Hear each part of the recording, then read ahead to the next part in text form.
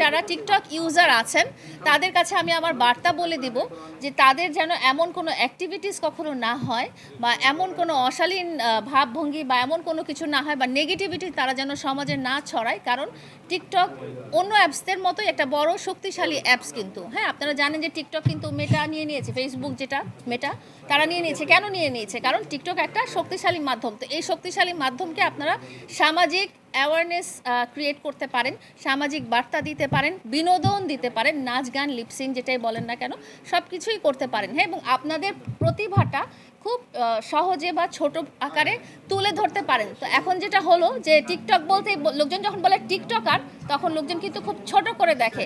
তার কারণ হলো কিছু শ্রেণীর মানুষের অ্যাক্টিভিটিস, কিছু শ্রেণীর মানুষ সেটাকে খুব নেগেটিভলি সম্প্রচার করেছে। যেহেতু এটা সহজলভ্য, ডিজিটাল বাংলাদেশ আমরা যেটা জানি যে এখন আমরা ডিজিটাল যুগে বাস করছি, আমরা সব কিছুই কিন্তু হাতের মুঠোয়। আমাদের এই ফোনের মাধ্যমে কিন্তু ব্যাংকিং থেকে শুরু করে সমস্ত কিছু কিন্তু আমাদের এখন কষ্ট করে ব্যাংকে যেতে হয় না, চেক নিয়ে দৌড়াদৌড়ি করতে হয় না। হ্যাঁ, আমাদের মোবাইলটা কিন্তু খুব সহজে আমাদের জীবনযাত্রাকে সহজ করে নিয়েছে। তো আমি এইটাই আহ্বান করার জন্য এই অনুষ্ঠানে এসেছি যে এখানে যারা আছেন তাদেরকে বলবো, ভাই আপনারা এমন কোনো অ্যাক্টিভিটিস করবেন না যাতে আপনাদেরকে টিকটকার বলে হেয় করা হয়। আপনারা কিন্তু টিকটকার বলে কিছু না, আপনারা কিন্তু অভিনেতা অভিনেত্রী, আপনারা কিন্তু অভিনয় করেন এই ছোট্ট একটা অ্যাপের মাধ্যমে। ছোট্ট অ্যাপ বলবো না, বলবো যেটা শক্তিশালী একটা অ্যাপের মাধ্যমে আপনারা কিন্তু অভিনয় করেন, আপনাদের প্রতিভা তুলে ধরেন। তো এই অ্যাপটাকে যেন আর মানুষ ঘৃণিতভাবে না চিন্তা করে,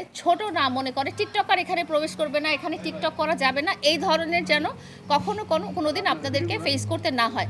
এই কারণেই আমার আসলে এই অনুষ্ঠানতে আসা। বলতে বাংলাদেশে না খুব হেয় করা হয় এবং মনে হয় যে খুব অপরাধী শ্রেণীর একজন মানুষ এরকম মনে করা হয়। তো আমি এই ধরনের প্রোগ্রামে আগে কখনোই যাইনি, আজকে এই প্রথম এসেছি। তো যারা আসলে টিকটক ইউজ করে তারা তো একটা অ্যাপ ইউজ করে এবং তারা কি করে, অভিনয় করে, ছোট মাত্রায় অভিনয় করে। অভিনয় নাটকেও হয়, অভিনয় সিনেমাতেও হয়। টিকটকে যারা লিপসিং করে, হ্যাঁ সিনেমাতেও কিন্তু লিপসিংই হয়, গায়ক বা গায়িকা কিন্তু গান গায় না, তারা লিপসিং করে, তারা নাচে, নাটকে যেমন ডায়ালগ দেয়। টিকটকে হচ্ছে ডিজিটাল প্ল্যাটফর্মটা ছোট মাত্রায় ইউজ করে। তো এটা কিন্তু একটা খুব শক্তিশালী মাধ্যম।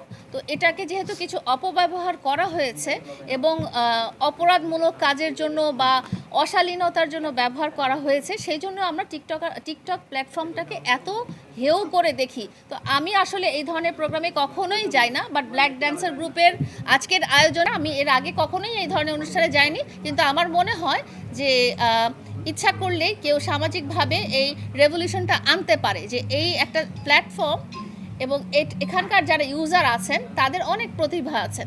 লিপসিং করাও কিন্তু একটা কঠিন ব্যাপার, সবাই ইচ্ছা করলেই কিন্তু লিপসিং করতে পারবে না বা নাচতে পারবে না। হ্যাঁ, এটাও প্রশিক্ষণের ব্যাপার আছে। তো এটাকে আপনারা সবাই যেন পজিটিভলি ব্যবহার করেন এবং সামাজিকভাবে ব্যবহার করেন, সেটা বিনোদনের জন্যই হোক, শিক্ষামূলক ব্যাপারেই হোক না কেন। তো এই কারণে আজকে আমার এই অনুষ্ঠানে আসা এবং আপনাদেরকেও আমি এই বক্তব্যটাই দিচ্ছি যে আপনারাও এই অ্যাওয়ারনেসটা ক্রিয়েট করে নেবেন যাতে টিকটকার বলে মানুষকে আর কেউ হেও না করে। এবং টিকটক প্ল্যাটফর্মে সবখানে যেমন পজিটিভ নেগেটিভ আছে, টিকটক প্ল্যাটফর্মটাকে ইউজ করে কেউ যেন তার ফেম, কেউ যেন তার খ্যাতি, হ্যাঁ এগুলো নিয়ে মানুষের ক্ষতি না করে, মানুষের সাথে প্রতারণা না করে।